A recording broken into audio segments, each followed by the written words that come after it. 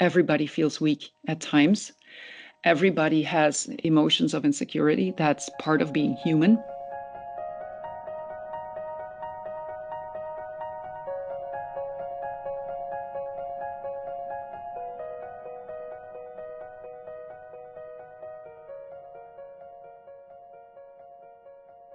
One of the things that I try to do with them is to help them see that the way that they're resolving things now is an excellent way, but often not in a situation where there is toxicity.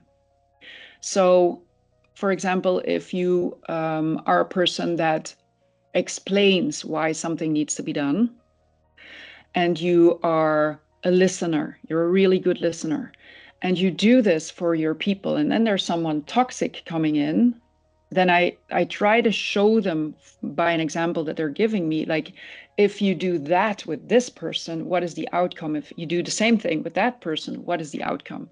And this way your brain gets shifted from short-term solutions into long-term leadership, where you time and again, it sometimes acts a lot of repetition, where your brain really can see, like, yeah, this is good leadership, but not in this situation.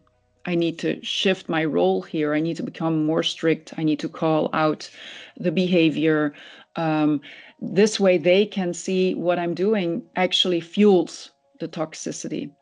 So I try to narrow it down to like a couple of very concrete situations in which they can see what is happening. What I often do also is take their schedule and see who have you met? How did you behave in that situation? How did you feel in that situation? Why did you respond the way you did? And often when they're ready, I show them the link between their childhood behavior and feelings and the way they thought and the way that they're doing actually quite the same thing today. And many of them, when they're strong in reflection, they can see I'm still doing the same thing, and this has to do with a low self-esteem, or And once they see it, I often work with metaphors, because in a metaphor, a lot of things are included all at once. People start to see it in different situations, and they often tell me, when I leave your room, I cannot unsee it. I can see how it's going on everywhere, and then it starts to itch. And that's a good thing. When it itches, then you can start building up, working towards different solutions, coming out of your comfort zone, dealing with emotions, dealing with self-esteem issues, and then things start to shift and change.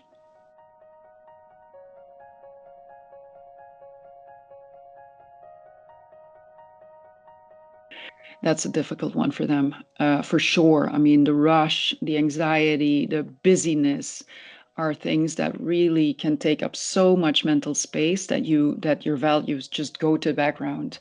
And often when I see highly toxic profiles coming in a company, it's usually when they're scaling, because there's little time and they are seeking for relief and for, I don't want to do this by myself.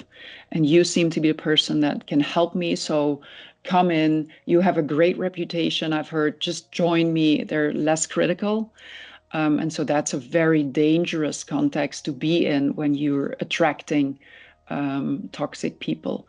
So, and of course, values is a basic answer to that question. So I usually try to help them see how they can narrow it down to like one value, just one.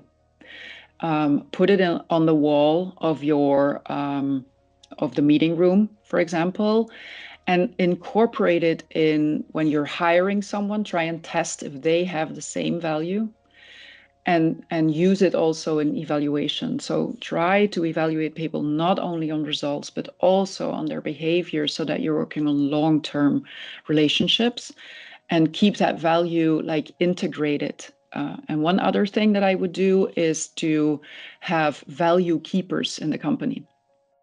And you switch that role. Like if you have a meeting, on meeting A, this person is a value keeper. Meeting B, like it's a shared responsibility, and someone in the meeting will keep that attention on or focus on that value.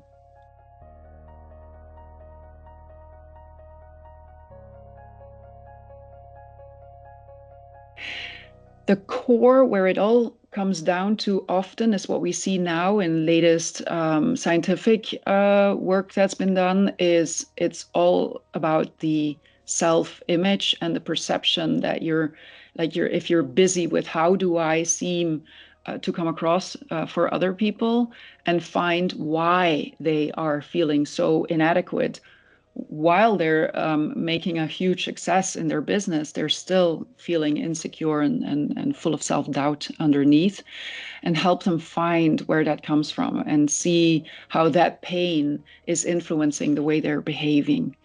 And if they're willing to go that far, often you can see if we shift that and they're willing to deal with it. I think that's a very important part. We often try to look at self-image as something that you like the old belief is you need to look in the mirror and say, I'm strong and I can do this. And, and I need to believe in myself and things like that.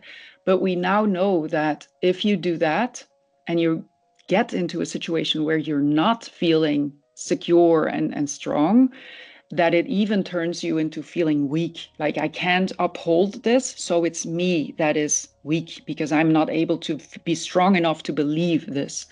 But what we need to get to is everybody feels weak at times. Everybody has emotions of insecurity. That's part of being human. Definitely, if you're going out of your comfort zone as like an everyday task. So you need to learn to deal with feeling weak instead of wanting to ignore that feeling, avoid that feeling. And if you're not scared of feeling weak, then there's nothing to it. And then you can move through difficult positions much more easily.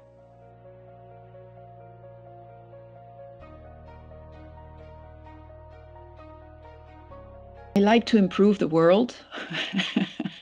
It's really one of my biggest dreams to help people shift. And if they get out of the room, that they've laughed a lot, but that they also have felt like a lot of confrontation with, maybe I need to shift some of my perspectives. Maybe I need to like directly change behavior if I come out of this room. Maybe, for example, when it's a toxic person, maybe I need to call them on it.